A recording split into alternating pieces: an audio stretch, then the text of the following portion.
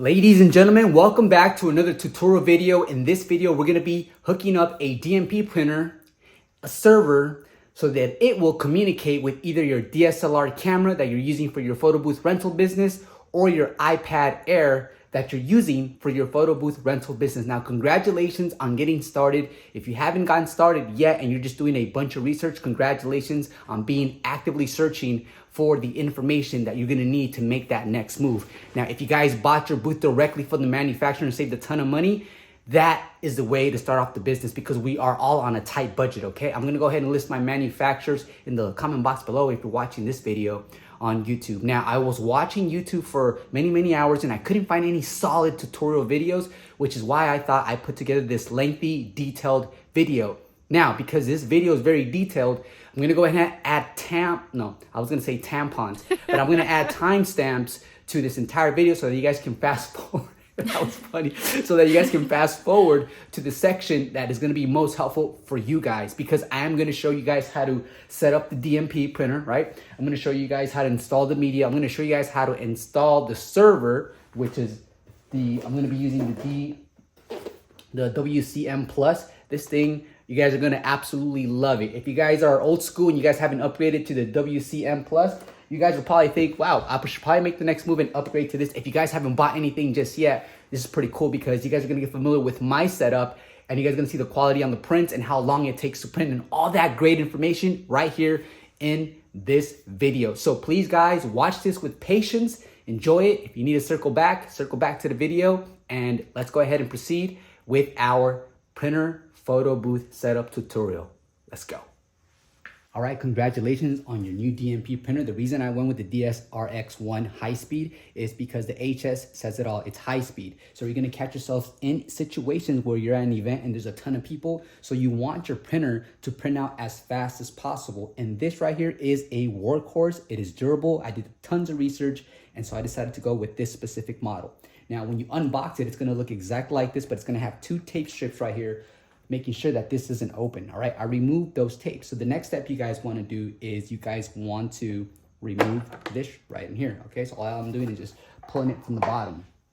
This is what's called a catch tray. So this is gonna catch everything. It's basically the scraps that the printer is not using in its cutting. This is gonna catch it for you, okay? So that is that.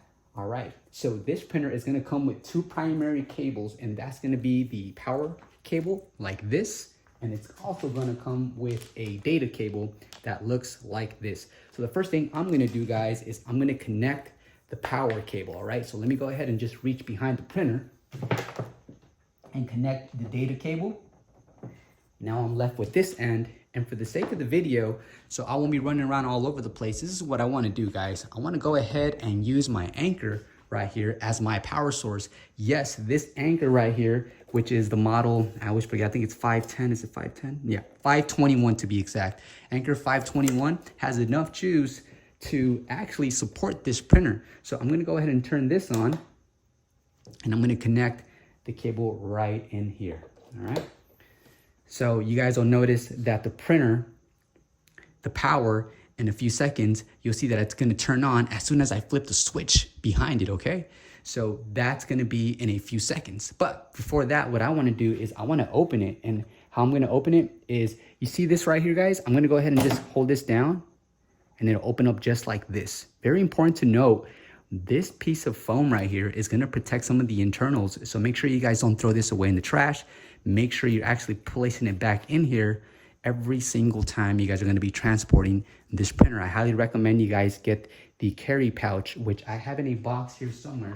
Let me see if I can just grab it really quick and show you. Know what? I haven't actually removed the tape from the box and I don't want to take up too much time. This video is already going to be long as it is. So there's a case that you can get for this big old printer, and it's going to help you guys, you know, not get any scuffs or major scratches on your printer. So go ahead and invest in one of those.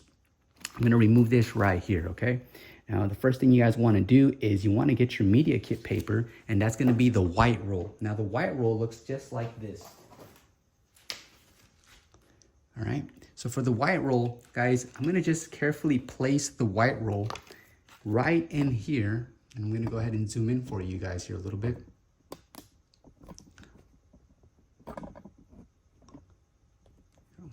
I'm gonna place it between these two right here. These two are gonna actually hold this side and this side. And I'm gonna just go ahead and do it like this. I'm gonna go ahead and place it in using both of my hands. Carefully here. Like that. Okay, so now that's holding this is the actual paper it's gonna print out. Okay, so now that that's happening, what I wanna do next, guys, is I wanna turn on the printer because there's gonna be a sequence of lights right here. I'm gonna show you what that means. So let's go ahead and do that. I'm going to turn it on.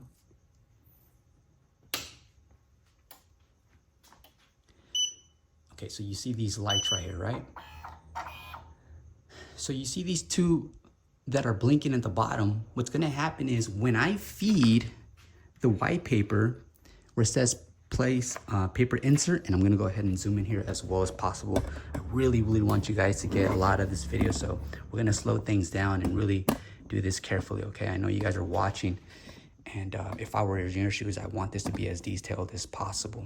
All right, so I'm gonna grab these ends, okay?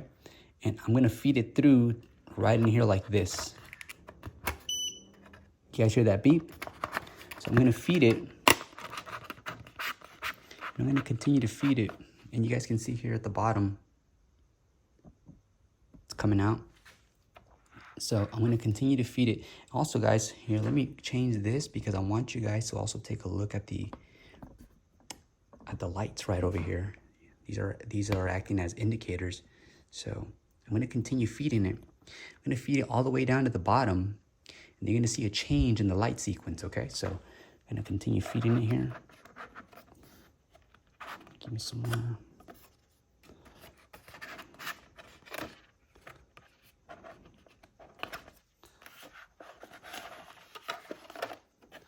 All the way to the bottom. All the way to the bottom. Continue feeding it. Did you guys hear that beep beep? So now it's only one light. So that's basically indicating that you fed it in correctly. All right, so that's the first step. Okay, so I'm gonna go ahead and just make sure it's actually fed all the way, which is great. Next thing you wanna do is you guys are gonna get the die. And the die is, it feels flimsy, so be very careful. I'm gonna go ahead and show you guys how to do that part. What you wanna do is you wanna align the colors that match. So we're gonna see that there's a yellow end, and I'm showing you how to do the rest, okay? When you take it out of the box, it's gonna look a little something like this. And as I said previously, you wanna match the yellow with the yellow. See the end right here is yellow, and right here, it's also yellow. So that's where that's gonna go. And then as far as how this goes, I want you to get a side angle here. See the side view? Okay, I'm gonna place the yellow in here, and the white, I'm gonna go ahead and line up, press that in there. Yellow goes in. Now I'm going towards the bottom. Gonna line this up as well. Here at the bottom, there's little teeth, it goes in, and then like that as well, okay? So now that that's completed, and I'm gonna go ahead and change the angle again to give you guys a better visual. I'm gonna go ahead and pull on this gently, just to give it enough. There you go, there's a little bit of tension there now. All right, so now that that's set up, this right here so far, guys, has been a success. So what we're gonna do next is we're gonna close it, okay? But before I do that, I'm gonna have to angle this again because I really wanna show you guys every step of the way. Okay, I'm gonna go ahead and close it. And then I'm gonna add the catch tray right in here.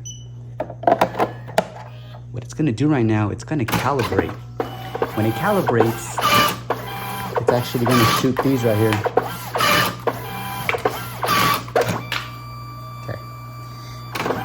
It usually shoots out 4, and what I forgot to do, which is total 5.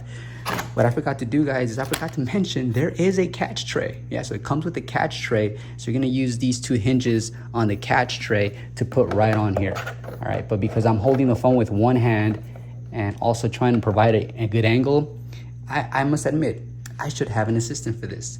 So later on, I'll pick up those pieces, but usually it's gonna get caught right here, and we're gonna see that when we're doing prints later on. So congratulations, you were able to get your DMP turned on and loaded up with what's called a media kit. Now, most of you guys are gonna be connecting it to the wall. For this video, I'm using this anchor right over here. All right, let's go ahead and move on to the very next step.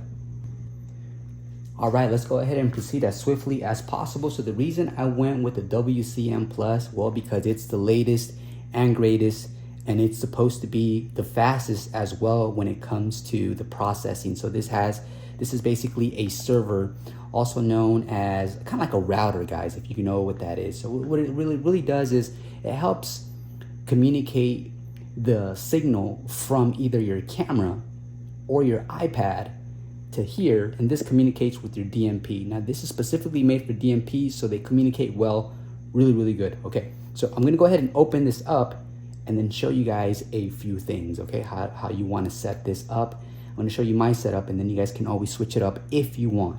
All right, so let's go ahead and do that. By the way, you're probably wondering, how much did this go for? Well, you can get it anywhere from $200 to $250, and this just came out this year, 2023. It's now available for the public. All right, so this is it right here. Let me go ahead and open it up. As you guys can see, I kind of already tested it, but this video is definitely necessary, so I'm gonna go ahead and go over the steps with you guys. All right, so at the box, it's gonna come with a manual like this, and it's gonna come with a quick start guide like this.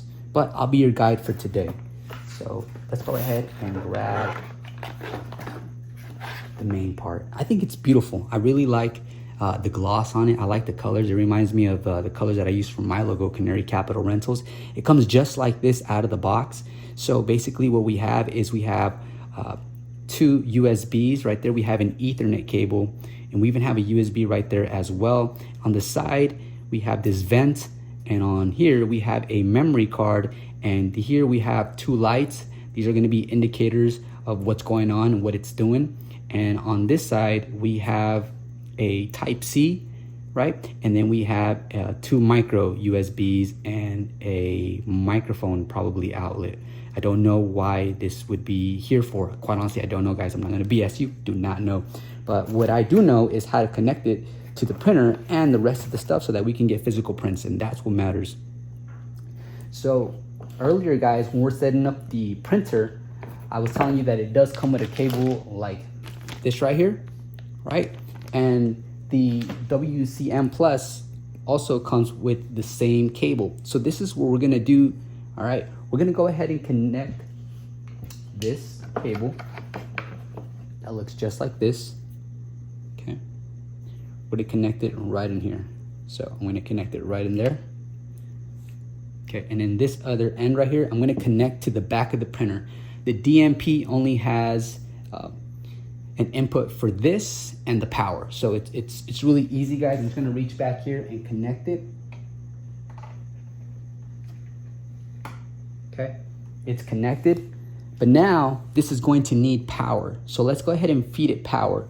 In the box, you're gonna get this goes connected to the wall outlet's 110 USA adapter to a Type-C. Now I have a ton of cables, and for the sake of the video, instead of running extension cords and all that great stuff, what I'm gonna do, guys, is I'm gonna grab a Type-C to Type-C, and I'm gonna connect it to my anchor right up here, so that the anchor is gonna be powering on not only my printer, but also my WCM Plus server. So let's go ahead and do that.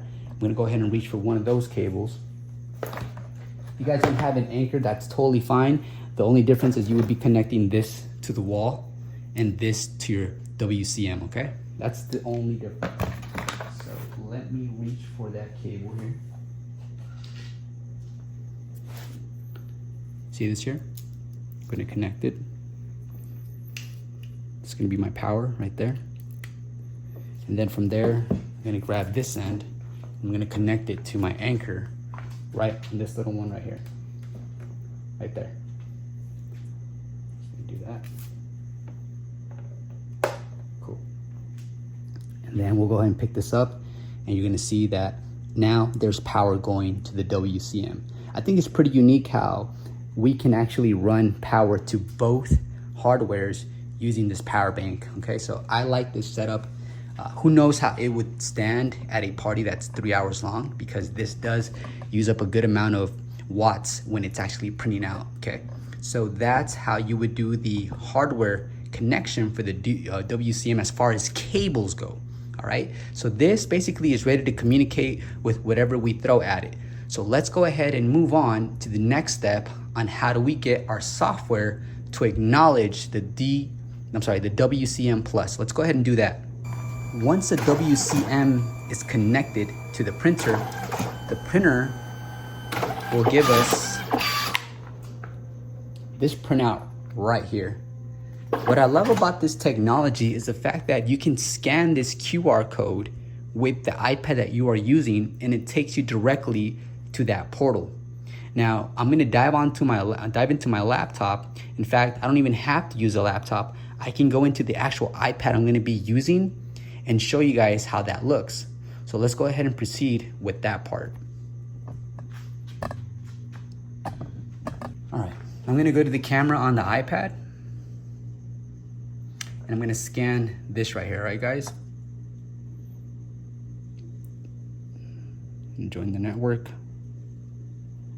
Okay, so I'm gonna join the network, and then I'm also gonna visit the portal. So I'm gonna cover this one, and I'm gonna scan this one. See that? Cool. So it's gonna show you your WCM dashboard just like this. All right, sweet. So now we are on the software technical side, which is no biggie because we're gonna go ahead and learn this together, all right? So you guys are gonna click this little hamburger icon on the left side, and you'll see that you have printer devices, network, and system settings. Now, when I come over to printer, it's showing me the model that we're using here today, which is the RX1HS. When I go here, it'll tell me the serial number, and what's super cool, it gives me the status, letting me know that it's ready. On top of that, if I go to printer settings right in here, it'll ask me, what profile do you want? Do you want America default? Do you want none or European? I'm gonna leave it at America's default. Now, as far as the finish type, you guys have the option to go with glossy, or you guys have the option to go with matte. I'm gonna go with glossy. Here is something that I want you guys to know. I did try both glossy and matte, and I've come to the conclusion after like so many damn prints that glossy prints out faster than matte. All right, so just notate that. Now, as far as the print size, I'm gonna stick to the 4x6. That's what I'm gonna be using in my software as well. So I'm gonna go to save now. What other things can I show you here that are gonna benefit you guys? If I go over to device, it's gonna give me the device info tab right here, which I'm gonna go ahead and press, and it gives me the CPU. It even gives me its temperature and the RAM. I can always refresh.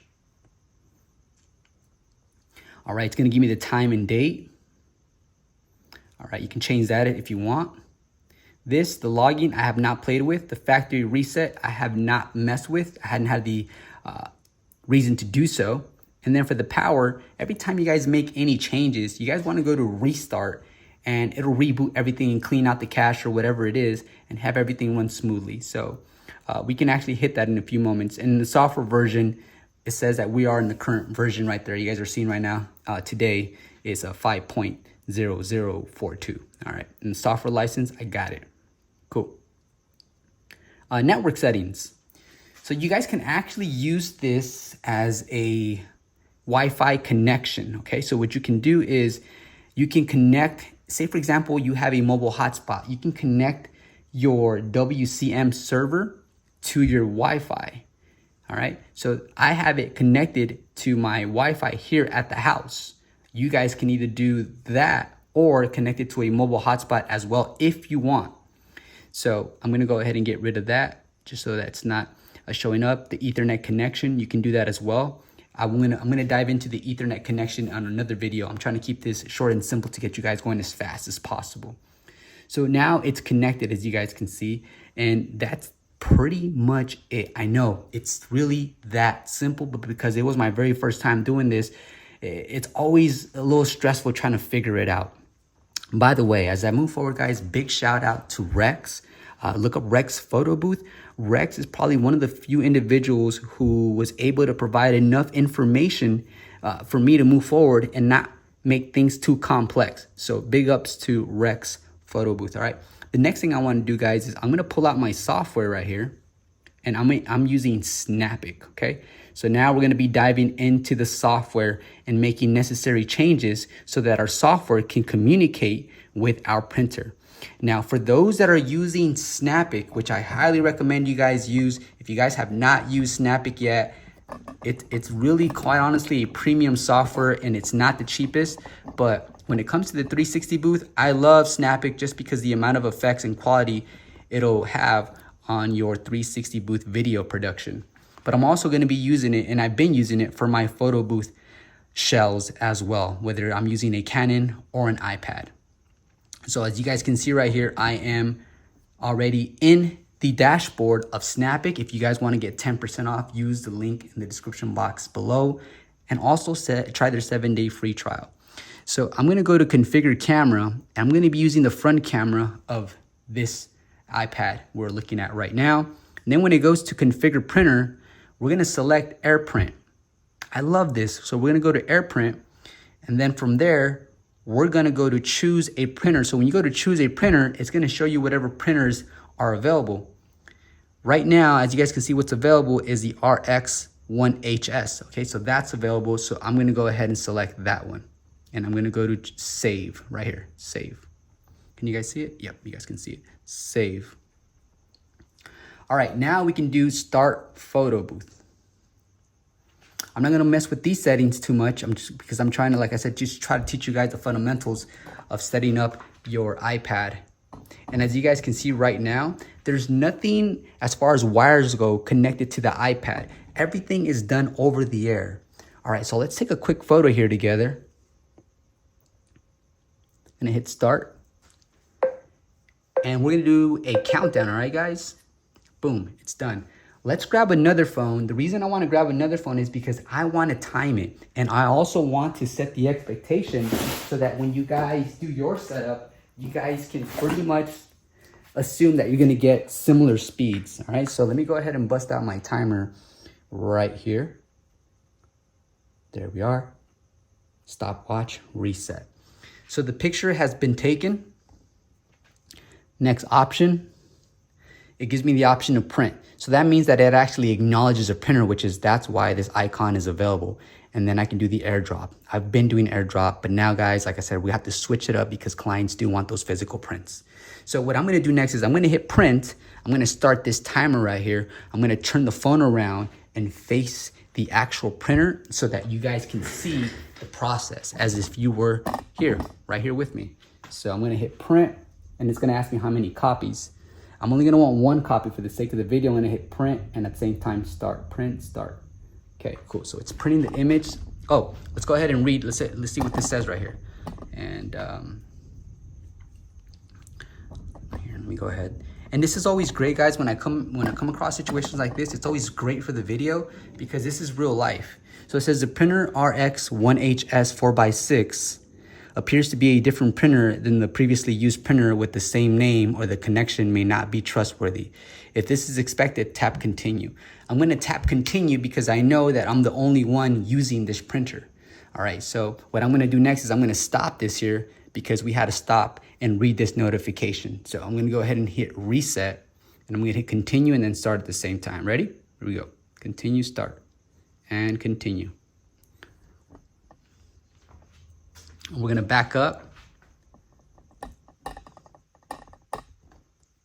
and we are gonna wait for the signal to get sent.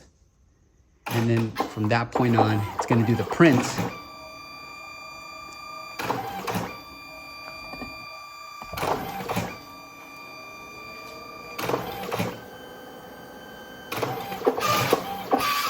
"29 seconds, round it off. So 30 seconds for that print. On this next video, what we're gonna be doing next, guys, is we're gonna go ahead and connect a Canon camera. You can use whatever camera you want that's compatible with the software that you're using for your photo booth. I use Snapic just because Snapic, like I said, is the premium software, and I enjoy using it to this day. So what I'm gonna do, guys, it's quite simple. The first thing I'm gonna do is I'm going to exit the software here. All right, I'm gonna exit all the way to the dashboard, refresh. So there I am at the dashboard. And the next thing I'm gonna do is I'm gonna see if this cable, which is a cable type C, I'm gonna go from type C to Type-C right here, the Type-C will connect directly to the iPad right down here. So I'm gonna do that right now. I'm gonna go ahead and connect it just like that. Cool. The next step, guys, and just to give you guys a visual here, I connected the Type-C right in there, okay? So that's done. Now, the next thing I'm gonna do is when I'm in the dashboard here on Snapic, I'm gonna come over to where it says Configure Camera. It gives me the option to do the back camera of the iPad. It also gives me the option to do the front camera, but it's not giving me the option to do the Canon camera. So all I need to do now is I need to walk over to the Canon camera and just make sure that I turn it on just like this. Okay, so it's turned on. And then I'll come over and you'll see that now it's acknowledging the Canon camera. I'm gonna hit the Canon camera right there. All right, and now I can go to Start Photo Booth. And now I'm gonna go to Image. And we're gonna see a few settings. Let's go over these settings together. That way you guys feel a lot more confident when you guys are gonna get your booth, and or if you already got your booth, if you guys are thinking of going over to the prints and also using Snapic as your preferred software. So right here, the ISO, guys, and can I do a little better for you guys? Can I get a little closer? That way you guys, there you go. This is gonna be a lot better right here. By the way, if you guys are enjoying this long video, if you hit the like button, that's really gonna help me out here in life. And that's you getting used to putting good karma out there as well for people who are doing their best to help you out with your business. So the ISO, guys, I have it at 2500. That's a preview, meaning this right here. So the preview is what you're seeing right here on this screen. Now, you guys will see that when I go to preview and I lower the ISO, for example, say to 500, you see now it dropped in brightness. But for the actual photo, when that photo is taken, my ISO is at 100. The lower your ISO, the higher quality of the photo you're going to get. For the aperture, I'm going to leave it at 1.8 because the lens that I'm using allows me to have an aperture of 1.8. It's a pretty expensive lens, guys. If you guys are interested to know what I am using, I'm using a Sigma lens. This is a Sigma 18-35 1.8. It's a beautiful lens. You can get it anywhere from $600 to $800. I know that's a big gap, but that's what I've seen so far. And I have it connected to a, what do you call it? How do you pronounce it? Viltros, I think you pronounce it. Because the Canon R7 is an APC, it's a crop sensor, but it's a 32 megapixel, so the videos come out gorgeous. All right, so enough of that. And now for the shutter speed, guys, since it's on a tripod, my shutter speed is set to 125 right here. You'll see that's 125. The shutter speed, basically, the higher the number, the faster it's gonna open and close. So for people that do photography for sports or birds flying, they wanna have a really high shutter speed so they won't get too much blur. They'll get a sharp, fast photo. But the faster it closes, the less light goes in. All right, so I don't have a video on really breaking this stuff down. Maybe I should make a video because I'm getting more into photography. But yeah, that's basically the just kind of like glaze over that specific part, guys. And I know I said I wasn't gonna glaze over things, but really if I dived into the ISO, the aperture and shutter speed, that alone is gonna take me a while. But this is the basics right here, ladies and gentlemen. All right, so I'm gonna leave this at 25, 125, 1.8. Okay, so I'm gonna proceed, all right? And then we're gonna go to still. And I would love to take just one big photo. Now, because I have the flash set up right up here. Okay, I'm gonna go ahead and, let's go ahead and set up the flash brightness, okay? We're gonna do this together because a lot of you guys, what you're gonna wanna do is when you start upgrading your equipment, you're definitely gonna wanna switch to a DSLR camera, mirrorless, so that you guys can offer your clients a higher quality photo. Now I use a Flashpoint 600. This will run you anywhere from $600 to $700.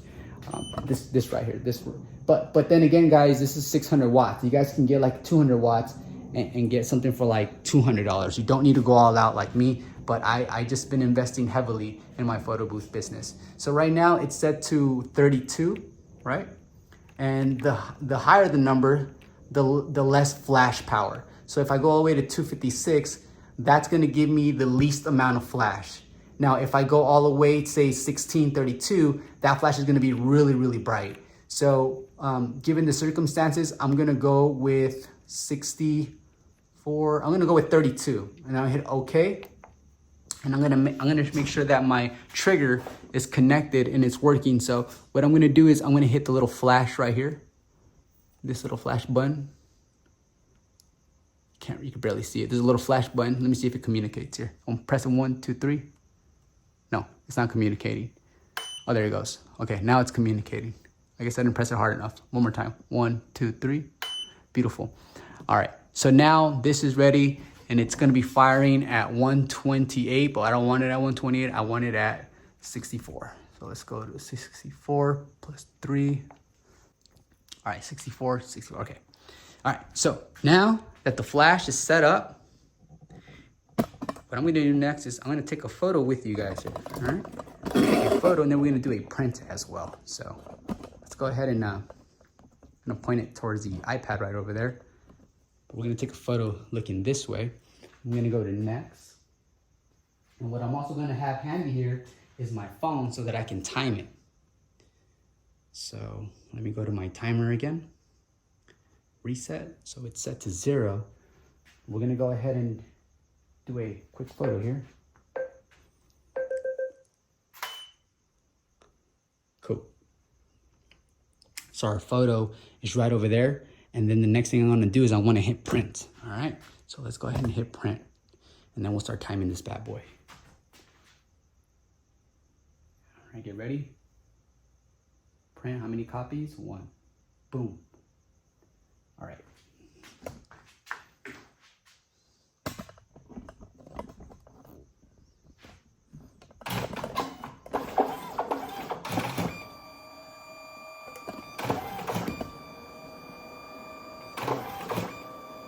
I think the best time we got so far is 25 seconds.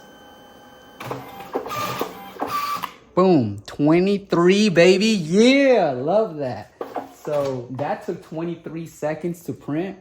The gloss photo came out.